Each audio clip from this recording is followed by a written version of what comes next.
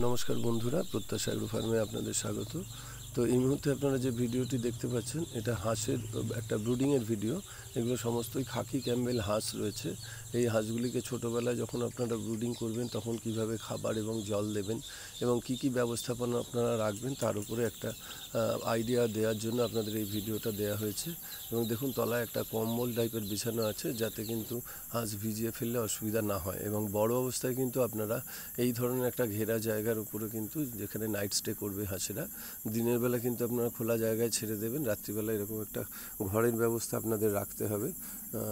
সেই ঘরের মধ্যে কিন্তু আপনারা হাঁসগুলোকে রাত্রে রাখবেন এবং সেখানে কিন্তু আপনারা খাবার জল দিতে পারবেন। তো এই ধরনের ব্যবস্থা কিন্তু আপনাদের রাখতে হবে। এই ভিডিওটা কিন্তু আমরা আজকে তৈরি করেছি তাদের জন্য যারা ডাক ফার্মিং করতে চাইছেন বা ক্যাম্বেল হাঁসের চাষ করতে চান, বা যারা ডিম উৎপাদন করবেন বলে ভাবছেন। তো তাদের জন্য কিন্তু এই ভিডিওটা খুব কাজে দেবে। ফলে এই ভিডিওটা আপনারা কিন্তু প্রথম থেকে শেষ অবধি যদি দেখেন, তাহলে কিন্তু আপনাদের একটা আইডিয়া হয়ে যাবে ডাক ফার্মিংয়ের উপর, বা ক্যাম্বেল আপনারা কীভাবে হাঁস পালন করবেন তার উপরে কিন্তু একটা ধারণা তৈরি হয়ে যাবে। তো যারা একটু খরচ করতে পারবেন, তারা কিন্তু এই ধরনের একটা পাকা কনস্ট্রাকশন করে নিয়ে কিন্তু ঘেরা জায়গার উপরে কিন্তু আপনারা হাঁসগুলিকে পালন করতে পারেন। যদিও এখানে যে হাঁসগুলি দেখছেন, এগুলো সমস্তই মেল হাঁস, কারণ ছোটোবেলায় যখন হাঁস আসে তখন মেল ফিমেল একসাথেই আসে। তো বড় হলে কিন্তু আমরা ডিমের কোয়ালিটির জন্য আমরা কিন্তু সেখানে মেল ফিমেলের একটা রেশিও রাখি, 1:6:1 বা 7:1, অর্থাৎ একটি মেল পিছু 6টি বা 7টি করে ফিমেলকে রাখা হয়। বাকি মেলগুলোকে কিন্তু আপনারা এইভাবে আলাদা জায়গায় কিন্তু রেখে আপনারা কিন্তু তাদেরকে বড় করতে পারেন। এই বড় মেল হাঁসগুলির কিন্তু বাজারে মাংসের জন্য প্রচুর পরিমাণে চাহিদা রয়েছে। তো আপনারা কিন্তু এইভাবে কিন্তু ঘেরা জায়গার উপরে দেখুন, তলায় জলেরও ব্যবস্থা আছে এবং এখানে খাবার দাবার দেওয়া হয়। ফলে এই জায়গাটা কিন্তু পরিষ্কার করে ধুয়ে দেওয়া হয়, ফলে কিন্তু হাঁসের ক্ষেত্রে কোনো রকম জার্মস বা রোগ জীবাণু আসে না। তো যাদের কিন্তু বাইরে হাঁস ছাড়ার সমস্যা রয়েছে, তারা এই ধরনের ঘেরা জায়গায় হাঁস চাষ করতে পারেন। আর এছাড়া যারা একটু কম পয়সার মধ্যে আপনারা ফার্ম করতে চাইছেন, তারা কিন্তু এই ধরনের কাঠ বা বাঁশের একটা এই ধরনের একটা স্টেজ বা চালা করে নিয়ে কিন্তু আপনারা করতে পারেন।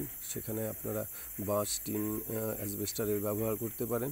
তো এই ধরনের যদি আপনারা ব্যাখারি দিয়ে করেন, সেক্ষেত্রে কিন্তু এদের মলমূত্র সমস্ত নিচে পড়ে যাবে, ফলে পরিষ্কার রাখতে আপনাদের সুবিধা হবে।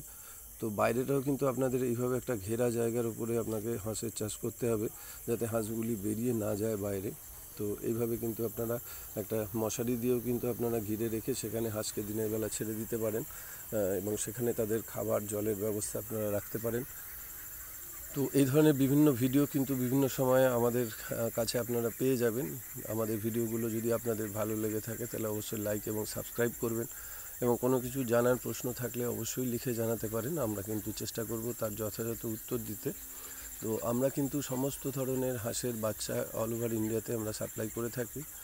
যদি কারো এই ডাক ফার্মিংয়ের উপরে ইন্টারেস্ট থাকে, যদি কেউ করতে চান, সেক্ষেত্রে আমাদের সঙ্গে যোগাযোগ করলে আমরা কিন্তু আপনাদের এই বিষয়ে সাহায্য করতে পারি।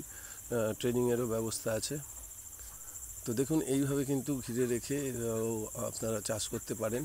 তো দেখুন, তলা একটা নেটের ব্যবহার করা হয়েছে। এই নেট থাকলে কি হয়, বাইরের বন্য জন্তুর আক্রমণও কিন্তু থাকে না, এবং সেক্ষেত্রে কিন্তু হাঁস পালন করাটা আপনাদের পক্ষে সুবিধা হবে এবং এটাকে পরিষ্কার পরিচ্ছন্ন রাখাও সুবিধা। তো যার জন্য আপনারা যারা কম ইনভেস্টমেন্টে আপনারা ফার্ম করতে চাইছেন, তারা কিন্তু এই ধরনের একটা স্ট্রাকচার করে নিয়ে কিন্তু আপনারা হাঁস পালন করতে পারেন।